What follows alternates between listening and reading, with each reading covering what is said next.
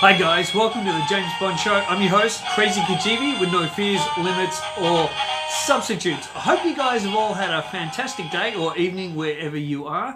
And I just ask if you enjoy this review of Spectre, if you could drop a like, hit that like button there, and if you like the channel, please feel free to subscribe. And of course, if you want all notifications and announcements of when I've uploaded a video, hit the bell. Once you hit subscribe, you can tap that bell for notifications and you'll get sent emails on the Krazy Kajeevie and the James Bond Show, bringing you the latest crazy stuff here. Okay, so let's get into this because I know you guys have been waiting for my Spectre review. Now, I've decided not to show any Spectre goodies.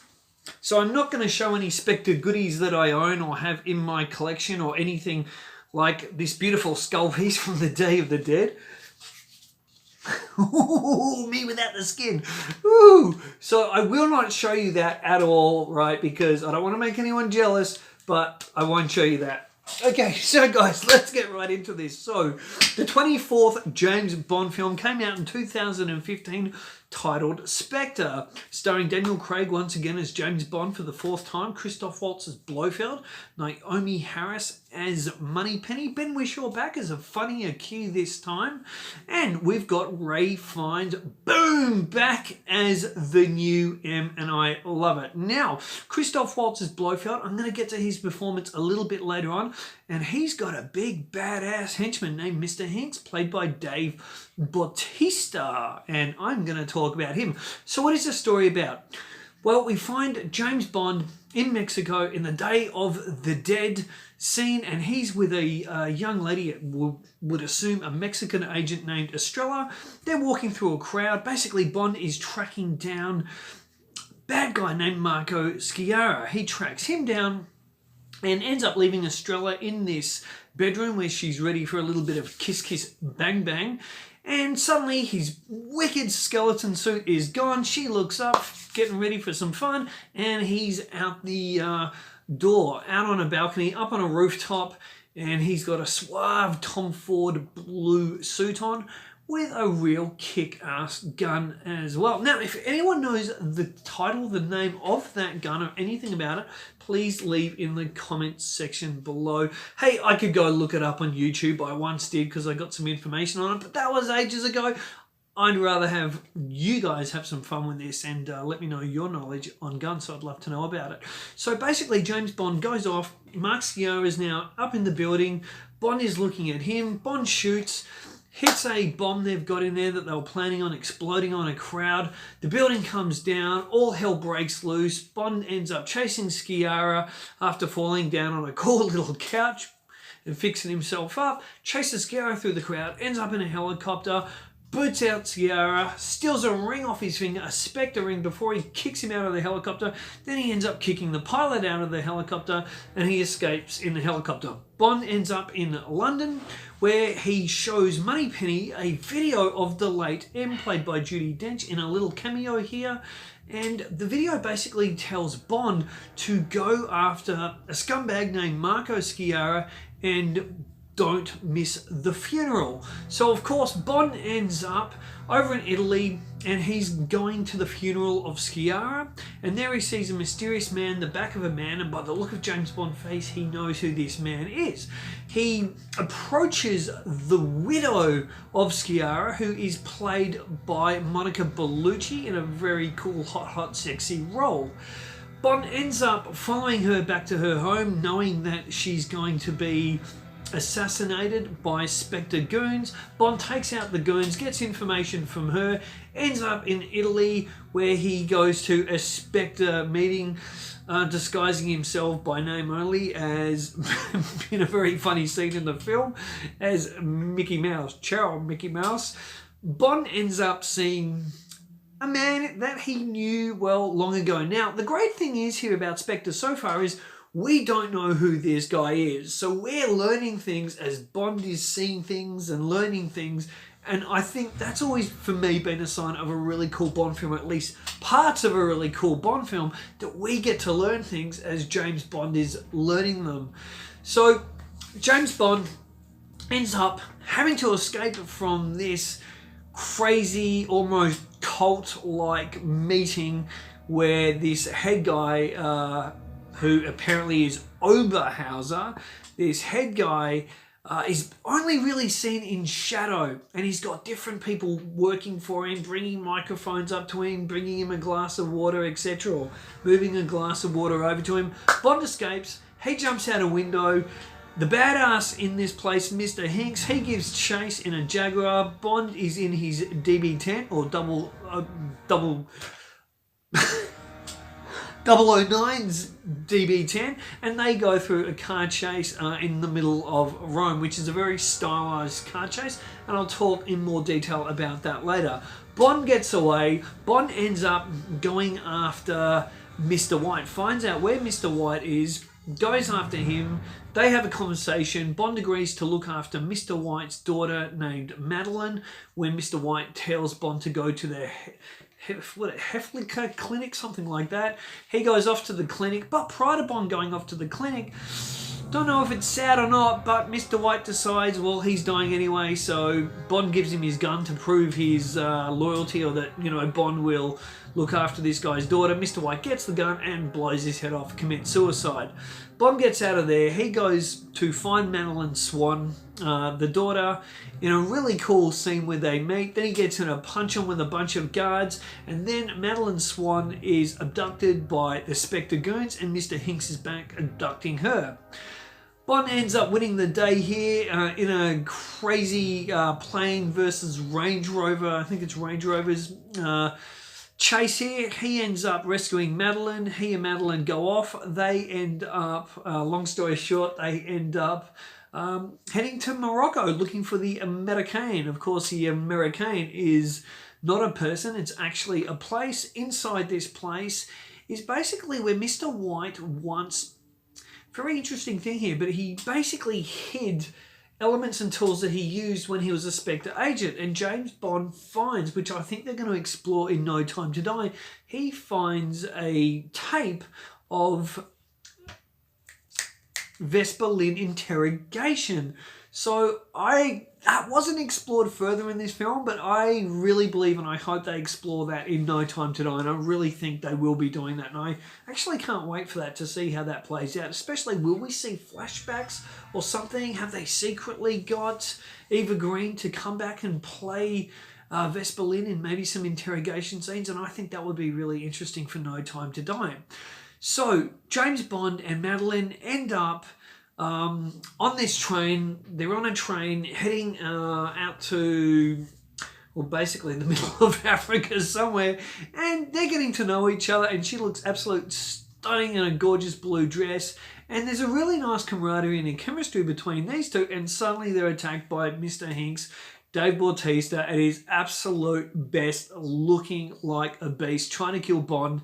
And this fight scene here is arguably one of the best, if not the best, fight scene in all of the James Bond franchise. Now, of course, most people would put the From Russia with Love fight scene, which is an absolute classic, though I do still have some issues with the editing on this.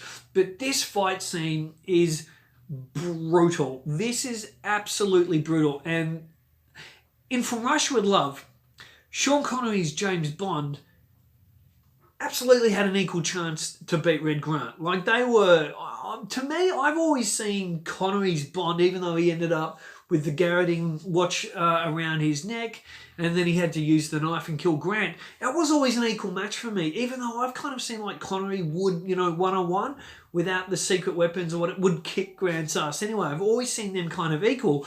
But in this fight scene here with Bond versus Hinks, it's not equal. He is not going to beat this guy. And this is the first time in the Daniel Craig films, from Casino Royale, Quantum of Solace, Skyfall, and now Spectre, that we've actually had Daniel Craig's James Bond go up against a villain that he is not going to beat one-on-one. And there's absolute fear. And have we ever seen Daniel Craig's Bond one-on-one in a fight run away from someone? He literally has to run for his life, because this guy is massive and he's going to poke his fingers through his eyes or rip his head off. So Bond is helped with by Madeline when she shoots Hinks, and then in an awesome scene basically between Bond and Madeline helping each other here, Bond wraps this rope around his neck that attached to these like beer barrel things. They go flying out the train door, and Mr. Hinks speaks for the first time saying, "Oh, shit." And boom, he is flown out of the train. And I hope he comes back in No Time to Die. Now, most people would say no, he's not coming back, and there were no reports of Dave Bautista filming anything. But I would love to see, and I think the fans would too, would love to see Mr. Hinks kind of do a Jaws and come back in the next film as a henchman. And I think it would be fitting. I think he's got to be Blofeld's #1 henchman. And I don't know, I kind of think that an opening PTS having Mr. Hinks in it again, and maybe just Hinks dies in this, I think would be fulfilling, and also bring a tie from Spectre straight into No Time to Die. So we're tied into that film straight away. That's just my personal little thing I'd like to see. Now, we are introduced to Christoph Waltz Blofeld, and Blofeld explains his sinister operation, and his operation in this film is basically he's got a program called Nine Eyes. He uses a character who is affectionately or unaffectionately known as C, played by Andrew Scott, and his name's Max Denby, but Bond calls him C, and he is basically trying to eradicate the 00 program and bring in Nine Eyes. And of course, Nine Eyes is really the love child program of Ernst Stavro Blofeld of Spectre, trying to spy. My cat just decided to join us, so everybody, if you haven't met him, this is the one, the only Winston, and how funny is this? I just mentioned Blofeld's cat, and yes, I've been told I either look like Agent 47 or Blofeld, and my cat jumps up. Nice pussy. Okay, so we're going to leave him there and he can do whatever he wants. All right, we'll try and sit him down. All right. Okay, he can just sit here and I'm just going to stroke my pussy. My evil pussy. Hello, Mr. Winston. All right, we'll see how long he sits here for, because he is a very bad boy, and you can probably see his tail is wagging away. But you wanted to come up here, didn't you? Okay, guys, so we meet Ernst Stavro Blofeld over in Africa. Oh, I just got a pussy slap me in the face. So we meet Christoph Waltz's Blofeld over in Africa, and he's chilling, but he's confident. And there's almost like a little bit of a Bill Gates nerdy thing about him. And, he looks like James Bond would just absolutely kick his ass. But at the same time, there looks like this real thing going on behind his head.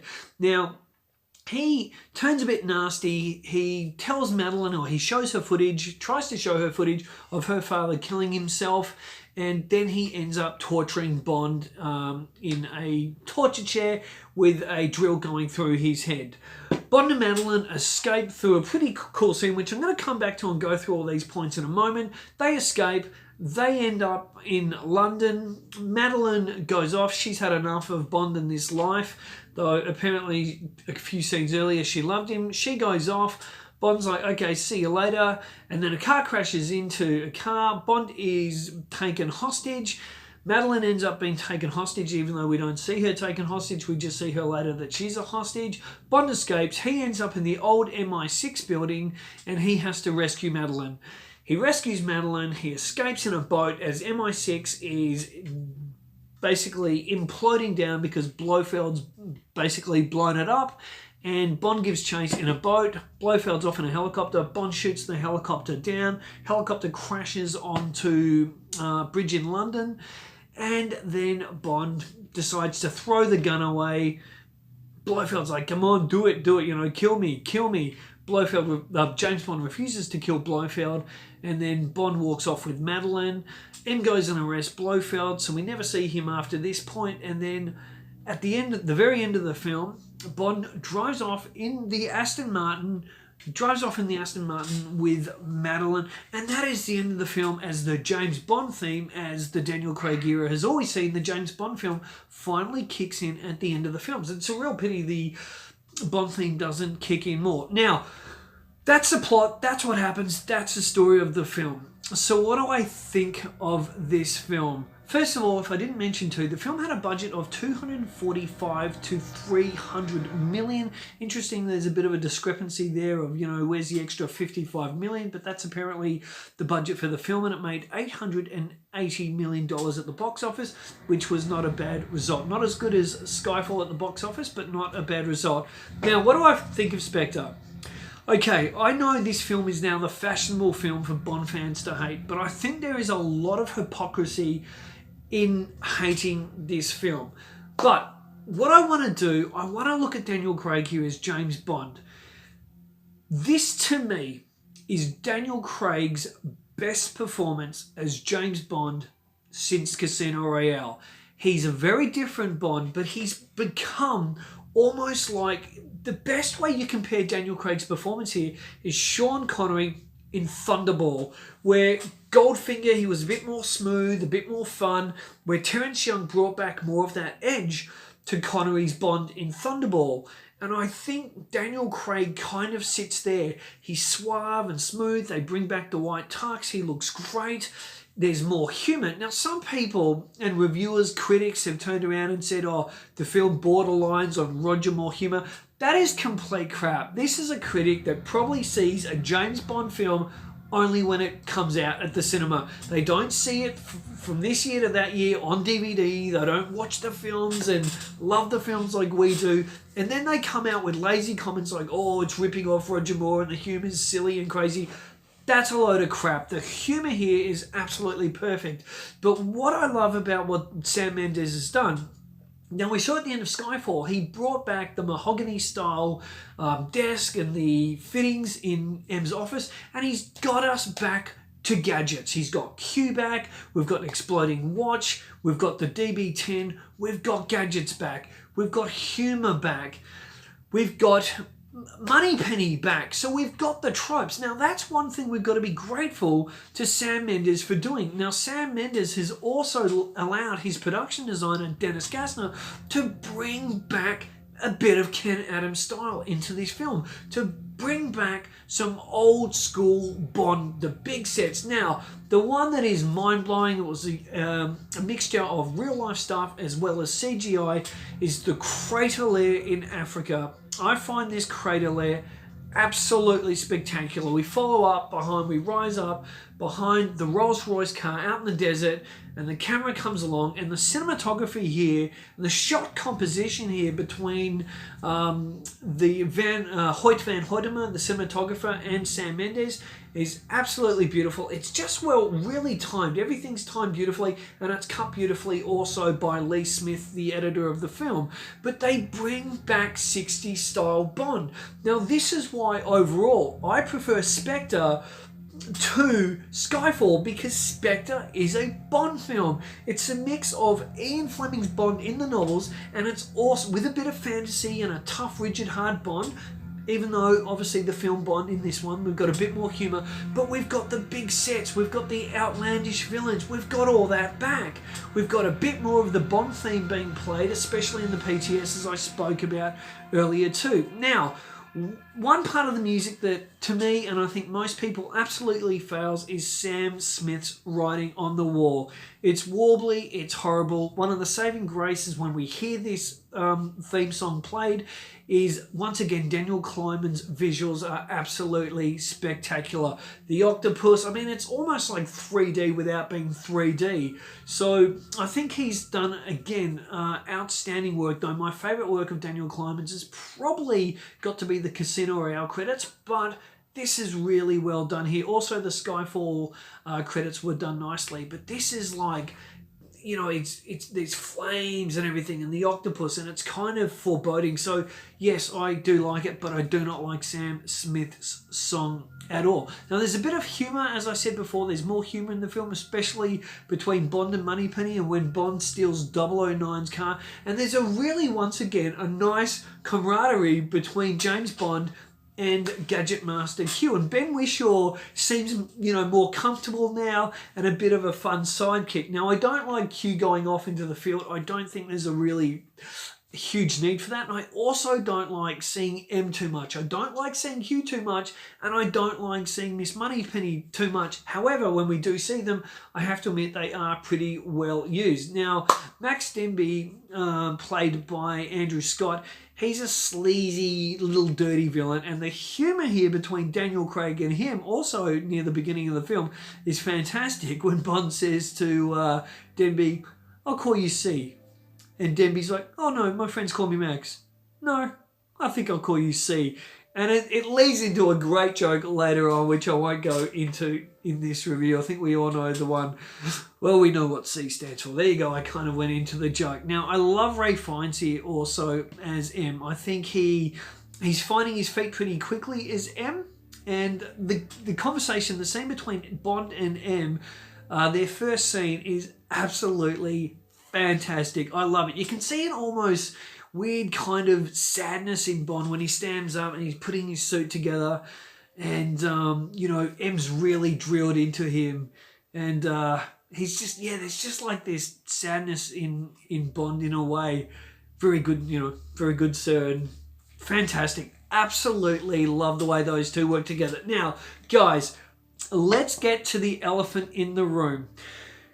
Look, this is a film for me of two halves. There's a point, you get right to a point in the film where it falls apart. Now, I still really like Spectre, but I do admit, I'm not going to be biased, I admit this film has massive issues.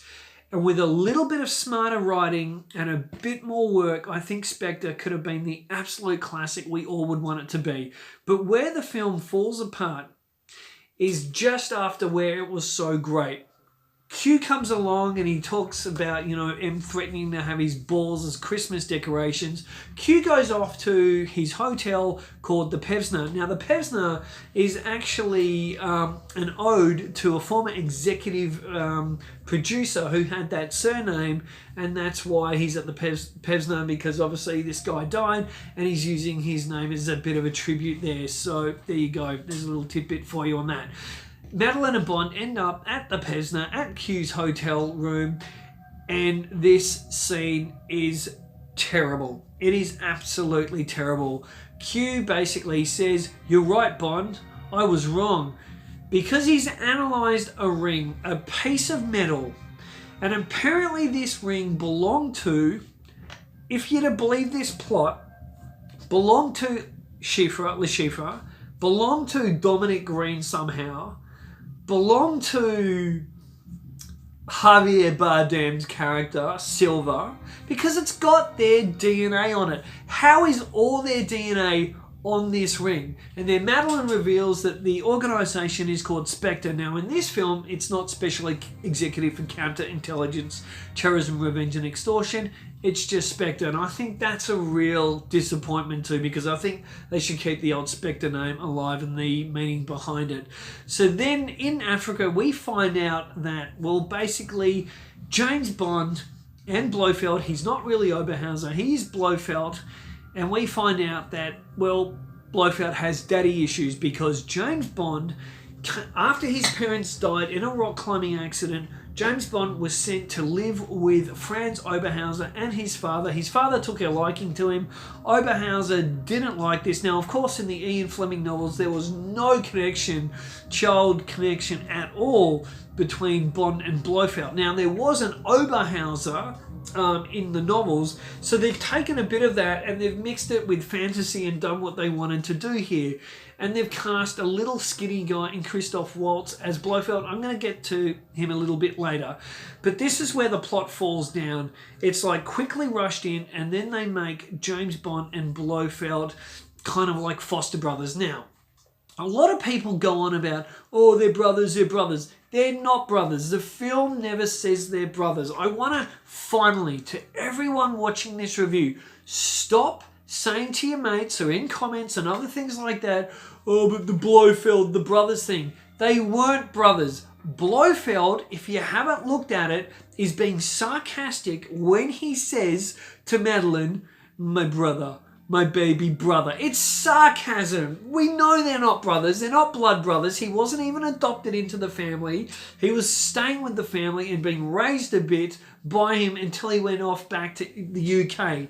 Now, is the whole premise of Blofeld knowing him as they were living together, like in a foster situation, is it ridiculous? Yes, it is. And then when the film falls down further is Bond, after having his head drilled, he and Madeline escape. Now, I just want to say, the bit where Madeline throws the watch and we see the explosion that throws Blofeld back and he ends up getting the scar on his cheek because of it, the sound design here and the editing is absolutely stunning. And every time that bit comes on, I crank up the volume on my telly and boom, and it scares the crap out of me. And I'd love to know what happened to Blofeld's pussycat there.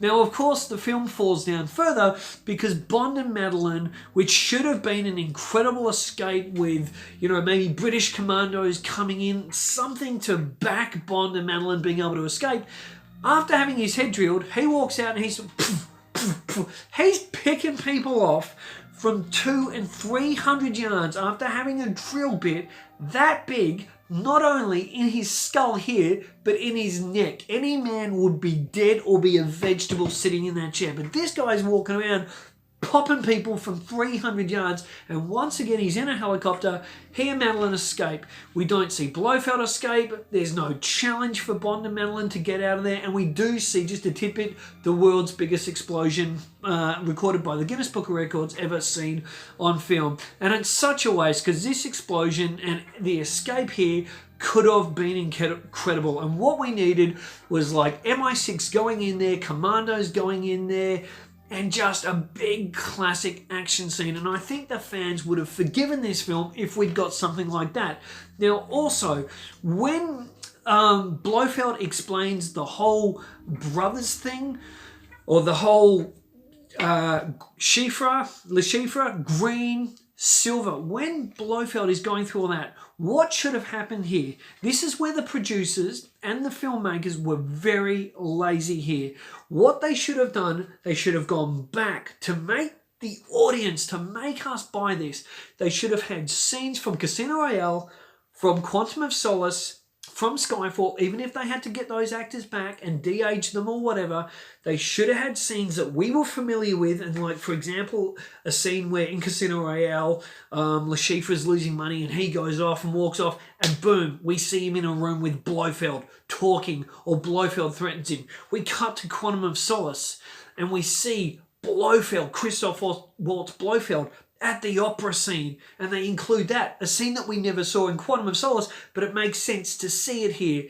Then we see a meeting or something happen with Silver and Blofeld, and it ties them all in beautifully, kind of like what Forrest Gump did. In the film Forrest Gump, they had Tom Hanks, they would get old footage of, like, say, Richard Nixon, and through CGI you've got Tom Hanks meeting Richard Nixon and Lyndon B. Johnson, the president, after the Kennedy assassination murder. And that's what they should have done here.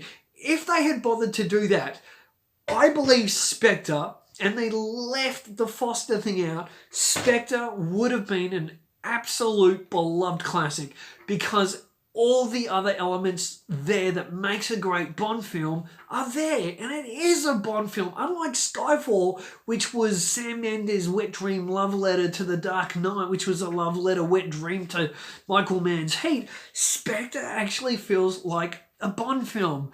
So, Madeline Swan, what do I think of her? Look, when I first saw the film 4 times, I did enjoy her in it. She looked beautiful in it. But her falling in love with Bond, suddenly I love you within literally, 48 hours?